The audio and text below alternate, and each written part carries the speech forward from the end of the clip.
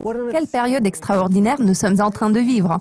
En l'espace de quelques semaines, Theresa May a perdu son mandat pour un Brexit dur et Angela Merkel a insisté pour que les négociations commencent à la date prévue. De l'autre côté de l'Atlantique, Donald Trump a retiré les États-Unis de l'accord de Paris sur le climat. Emmanuel Macron y a répondu en appelant les Américains à rendre à notre planète sa grandeur. La politique est bel et bien vivante, mais la durabilité est-elle morte ?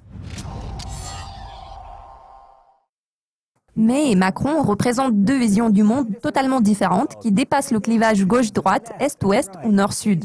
Aujourd'hui, la division existe entre ceux qui privilégient le partenariat et ceux qui ne le font pas, entre le monde du contrôle, de la concurrence et le monde de la création et de la collaboration. Selon l'anthropologue Augustin Fuentes, ce monde de la création et de la collaboration n'est pas destiné uniquement à la génération Facebook. Ce concept est apparu il y a 2 millions d'années. Le fait de créer et de collaborer nous permet de chasser et d'échapper aux chasseurs. Par contre, le monde du contrôle et de la compétition est le fruit de la révolution industrielle qui a eu lieu il y a 250 ans. C'est la raison pour laquelle des centaines d'entreprises, d'universités et de dirigeants politiques américains ont répondu à Trump en ajoutant leur nom à la liste des signataires de la lettre « Nous sommes toujours dedans » pour témoigner de leur engagement envers l'accord de Paris. Il en découle que la durabilité est bel et bien vivante. Alors comment pouvons-nous développer notre potentiel créatif et collaboratif? Voici 3 conseils. Primo, passer du jeu au nous. L'objectif premier de la collaboration, soit du fait de travailler ensemble, n'est pas de faire en sorte que vous ayez une maison plus grande ou une meilleure reconnaissance. Tout est centré sur le principe de libre service, et ce, pour aider les autres à obtenir ce dont ils ont besoin. Des organisations visionnaires comme Facebook et Patagonia sont passées du jeu au nous grâce au concept d'entreprise organique en créant de petites équipes ou cellules de travail. Secondo, maîtrisez votre ego. Contrairement à la croyance populaire, votre ego n'est pas mauvais en soi, il a sa raison d'être.